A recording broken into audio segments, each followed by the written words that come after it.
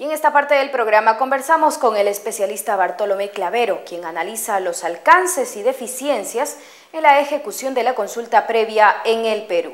Nos encontramos con el especialista internacional sobre derechos de los pueblos indígenas, Bartolomé Clavero, con quien conversaremos acerca de la reglamentación de la consulta previa. ¿Qué tal? ¿Cómo está? ¿Qué tal? ¿Cómo se encuentra el Perú con relación al respeto de las comunidades indígenas? El Perú no está entre los mejores, por decirlo así, pero tampoco está entre los peores. Es decir, tiene una constitución que reconoce no a los pueblos indígenas y sus derechos, pero sí a las comunidades nativas y campesinas, en base a lo cual pues se puede el Estado, sin necesidad de cambiar la Constitución, plantearse políticas de respeto a derechos de los pueblos indígenas, y de suyo se la planteó a continuación de promulgarse la Constitución, porque acto seguido procedió a ratificar el convenio 169 de la Organización Internacional del Trabajo, que es un convenio sobre pueblos indígenas y donde el Estado la República del Perú adquirió compromisos de respeto de esos derechos.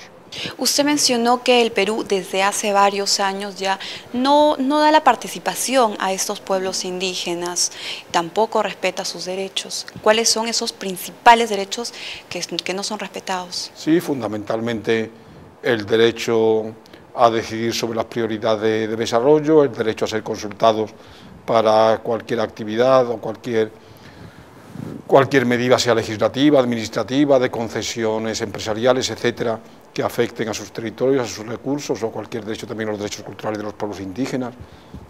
¿Y cuáles son las debilidades en esta reglamentación de la consulta previa? Bien, primero en la ley, luego en la reglamentación. La ley, debilidades, por decirlo así, serias, de detalles sí se podría entrar en ello, pero serias no tiene, porque la ley, si peca de algo, es de que es corta, que es insuficiente. Es una ley que por sí ya la misma ley reglamenta, es decir, desarrolla para hacer cumplir las previsiones del convenio 169, es una ley reglamentaria del convenio, y guarda silencio sobre cuestiones importantes que afectan a esas garantías de consulta y participación de los pueblos indígenas, pudiéndose entender, no, mejor dicho, debiéndose entender que sobre aquello que guarda silencio la ley es de aplicar directamente el convenio 169, porque la ley depende del convenio y es una ley de reglamentación del convenio. Luego se ha entendido, en principio no es necesario, porque entre el convenio y la ley ya se cubre suficientemente el terreno, pero se ha entendido que hace falta un reglamento, pues bien, incluso se entiende que hace falta luego reglamentos sectoriales, pero bien que hace falta un reglamento, y el problema en este momento preciso está en que el reglamento no cumple estrictamente lo previsto por el convenio sobre aquello importante respecto a lo cual la ley guarda silencio, y no solo no aplica directamente el convenio, que es lo que tendría que hacer, sino que añade planteamientos propios que tampoco están en la ley, que permiten que el Estado pueda prescindir de la garantía de consulta a los pueblos indígenas y que las empresas puedan adoptar decisiones que afectan a pueblos indígenas sin que el Estado le obligue, sin que el Estado recurra a la consulta antes de que las propias empresas intervengan en la formulación de políticas que afecten a pueblos indígenas. Ese es el punto actual. El aplicarse ya esta ley de consulta previa permitiría que el Perú se desarrolle y también en cuanto a las inversiones no sean afectadas. Sí, no tiene por qué entenderse, y sé que se está entendiendo y que la resistencia viene por ahí, no tiene que entenderse que la ley ni el reglamento de consulta previa es un impedimento al desarrollo del Perú y de la ciudadanía peruana, entendiendo además que dentro de la ciudadanía peruana están los pueblos y comunidades indígenas que viven dentro de las fronteras del Perú y que tienen unos específicos derechos respecto al modo como ese mismo desarrollo se plantea, no solo como al modo como se desenvuelve la política de desarrollo, sino cómo se plantea. En el convenio 169 está claramente registrado el derecho de los pueblos indígenas a definir las prioridades de su propio desarrollo. Así que hay un modelo de desarrollo que no tiene por qué ser unívoco, hay alternativas de desarrollo, pues es algo que tiene que ponerse en práctica con participación indígena y respetando el derecho de los pueblos indígenas a la consulta. Nada de eso tiene por qué entenderse que va contra el desarrollo del Perú. ¿Cómo se encontraría el Perú a nivel de Latinoamérica al aplicarse ya esta ley de consulta Bueno, pues se previa? pondría en una posición bastante avanzada.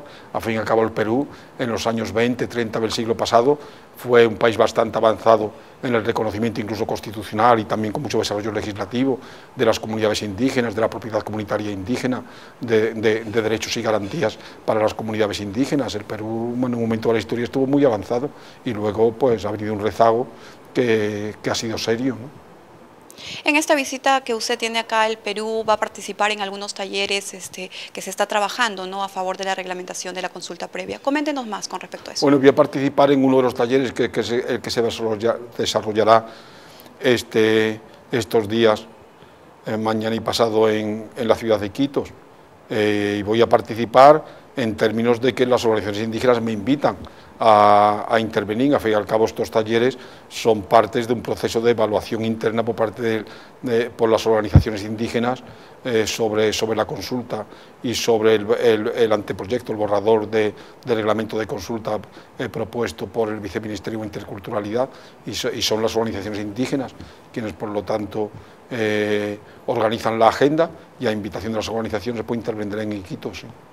Como especialista en temas de derechos de los pueblos indígenas, ¿cuáles serían los puntos que usted aconsejaría que este gobierno tome en cuenta en su agenda para trabajar? Hombre, los puntos que se están planteando en estas reuniones, ya ha habido una en Pucallpa, anteriormente en Chiclayo, tendrá que haber todavía algunas más, y según han ido las dos anteriores, y ya veremos cómo va la de Iquitos, pues las organizaciones indígenas, con participación de una amplia base de cientos de personas, representantes de comunidades y pueblos que acuden a estas reuniones, pues están planteando unas exigencias que llaman principios mínimos, que realmente son mínimos, es decir, no son maximalistas.